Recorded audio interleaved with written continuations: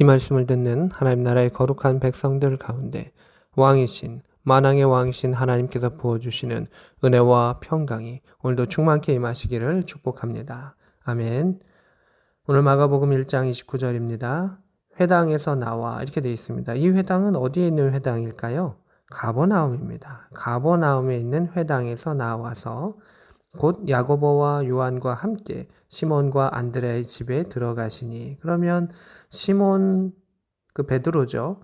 베드로의 집이 어디 있었는가? 라고 하는 것 가운데 가버나움 지역에 베드로의 집이 있구나 라고 하는 것을 우리가 알 수가 있습니다. 3절에 그 집에는 시몬의 장모가 열병으로 누워 있었다 라고 하는 것을 보게 됩니다. 그 열병, 그 몸에서 열이 나는 그 뜨거움의 그 열병 가운데에 사람들이 곧 그 여자에 대하여 예수께 여짜온대 이렇게 되어 있습니다. 열병으로 누워서 식음을 전폐하는 그 시몬의 장모가 그 예수님을 만나게 되는 역사가 있는 것이죠.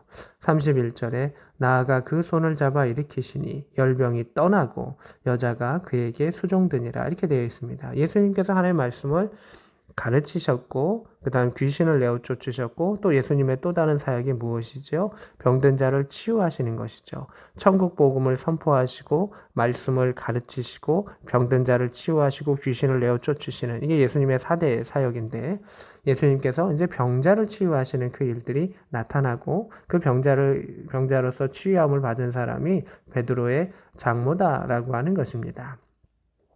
나를 따라오라. 내가 너희로 사람을 낚는 어부가 되게 하리라 하셨고, 그물을 버려두고 베드로가 따랐지만 그 일들을 통해서 가장 혜택을 본 사람은 시몬 베드로입니다. 그리고 그의 가정이었다라고 하는 것을 보게 됩니다. 우리가 하나님의 일들을 하고 사역을 하게 되면 목사님들도 마찬가지고 또 일반 성도들도 마찬가지고 가끔은 너무 많이 힘들고 내가 헌신해야 되는 것고 많이 잃어버린 것 같이 생각할 때가 있습니다. 그런데 우리가 버려두고 내어두었던 것보다 하나님께서 우리를 돌보시고 인도하시는 그 일들이 나중에 생각하면 훨씬 더 크고 하늘의 상급은 비교할 수 없을 만큼 더 크다라고 하는 것을 보게 됩니다. 그만큼 주를 따르는 일은 귀하고 존귀한 일이다라고 하는 것을 알 수가 있습니다. 그리고 그 시몬의 장모가 예수님을 또 그들을 이제 수종들었다. 그들을 영접해 주었던 것을 보게 됩니다. 회복되게 하시고 또 하나님 나라를 위해서 또 그들이 귀하게 쓰임받았다라고 하는 것을 보게 됩니다. 하나님께서 우리를 치유하여 주시고 회복하여 주시고 인도하여 주시는 것은 그냥 우리 자신만을 위하여 하셨던 것이 아니라 하나님 나라를 위하여 섬기게 하고자 그 일들을 허락하신 것입니다. 그래서 우리는 그 하나님께서 우리를 허락하셨던 그 치유와 회복 가운데 주님의 사람들을 잘 섬기고 주님의 나라를 위하여 살아가야 한다라고 하는 것도 우리가 알 수가 있습니다. 32절입니다. 저물어 해질 때, 날이 해질 때에 그 소문이 이제 주변에 들렸겠죠. 모든 병자와 귀신 들린 자를 예수께 데려오니, 여기서 보면 집약적으로 나오죠. 예수님께서 병든 자와 귀신 들린 자를 다 치유해 주시고 이렇게 하셨는데 그 사람들이 그 소문을 듣고 나온 것이죠. 예수님 앞에 데려온 것이죠. 33절에 온 동네가 그 문 앞에 모였더라. 그 가버나움의 그 동네가 그렇게 크지 않았나 보죠. 다 동네 사람들이 그 문 앞에 모였습니다. 베드로의 집이 크지 않았겠죠. 또 많은 이들이 들어갈 수 없기에 밖에 쭉 대기했었던 그 부분을 보게 됩니다. 34절입니다. 예수께서 각종 병든 사람들, 병이든 많은 사람을 고치심으로 많은 귀신을 내쫓으시되 이렇게 되어 있습니다. 이 병이라고 하는 것은 질병으로 드는 병이 있고 또 귀신으로 의해서 또 아픈 그러한 것도 있는데 예수님께서는 그 모든 것들을 치유하셨다. 만병을 치유하시는 예수 그리스도시다. 그의 육체와 그의 마음과 또 영과 모든 것을 치유하시는 예수 그리스도다라는 것을 볼 수가 있습니다. 또한 34절에 보면 귀신이 자기를 알므로 그 말하는 것을 허락하지 아니하니라. 예수님이 하나님의 아들이시라는 것을 알고 당신 무슨 상관입니까? 여러 가지 이야기하는 그 귀신의 그 이야기들을 보면서 예수님께서는 그들에게 잠잠하라라고 말씀하신 것을 보게 됩니다. 하나님의 사람이 예수 그리스도로 영접하고 고백하는 것은 영광스러운 것이죠. 그러나 귀신의 그 고백들은 영광의 고백이 아니라 주님을 두려워한 가운데 그냥 외치는 것이었기 때문에 그렇게 예수님 예수님의 사역 가운데 필요한 그 일들은 아니죠. 그래서 잠잠하라. 예수님의 때가 무르익을 때까지 예수님은 쭉 하나님의 일들을 행하셨던 것을 보게 됩니다. 35절입니다.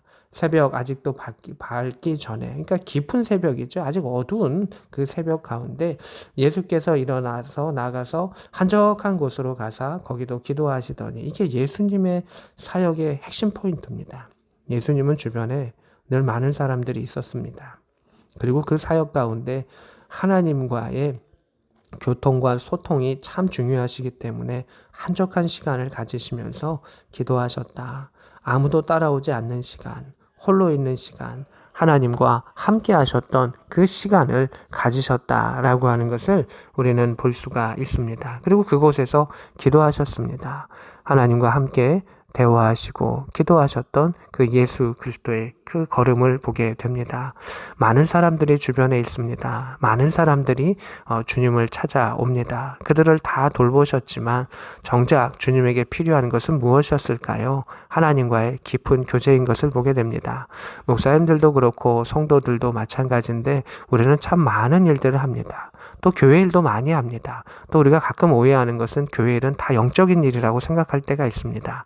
예수님도 하나님의 일을 다 하셨습니다. 그러나 하나님의 일을 하시는 그 가운데 하나님과의 친밀한 교제와 대화를 결코 소홀히 하지 아니하셨던 것을 보게 됩니다.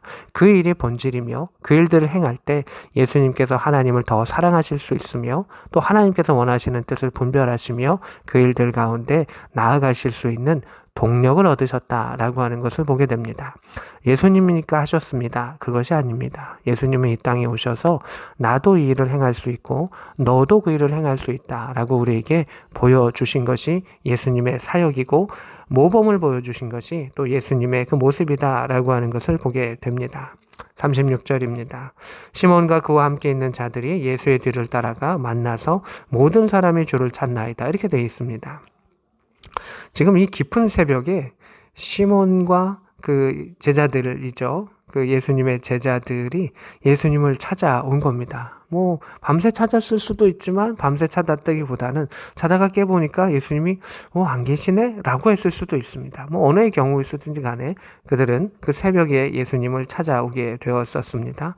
모든 사람이 주를 찾습니다. 아직도 주님의 치료하심과 회복하심을 필요하는 자들이 많이 있습니다. 라고 이야기된 것을 보게 됩니다. 38절에 이르시되 우리가 다른 가까운 마을로 가자. 거기서도 전도하리니 이렇게 되어 있습니다.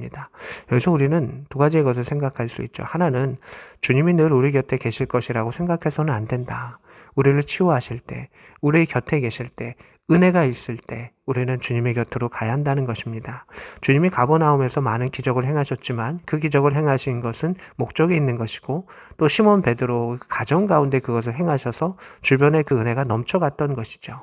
근데 마치 그러한 일들을 나를 위해서만 있는 것이라고 생각하고 그것을 존귀하게 받아들이지 아니하고 급하게 받아들이지 아니한다면 주님께서는 다른 마을로 이동하시는 것을 보게 되면서 우리는 그 때를 놓칠 수도 있다라고 하는 것을 생각해 보아야 합니다. 또 하나는 주님의 사역은 병도 고치시고 귀신도 내어 쫓으시고 이 일들 다 하고 배고픈 자들을 배부르게도 하셨지만 결론은 전도하리니 이렇게 되어 있습니다. 하나님의 복음을 전하는 겁니다. 그것이 예수 그리스도의 핵심의 사역인 것을 보게 됩니다. 교회가 구제도 해야 되고요. 병든 자들도 가난한 자들도 연약한 자들도 다 돌봐줘야 됩니다.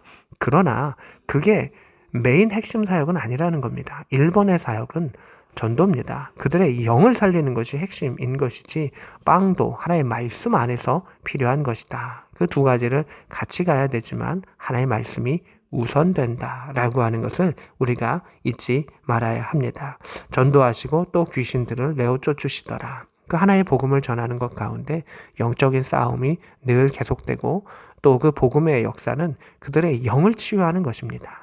그들의 영을 배부르게 하는 것이고 영을 치유하는 것이고 하나님 나라에서 온전케 되는 것을 보게 됩니다. 그래서 육체를 무시하는 것이 아니라 먼저 치유하는 것, 그리고 더 본질적인 것을 찾아가게 하셨던, 그리고 그 일들 위해서 하나님과 깊은 교제를 하셨던 예수님을 보게 됩니다. 오늘도 우리가 주의 말씀을 바라봅니다. 그 말씀을 통해 주님과 깊은 교제를 할 수 있기를 원합니다.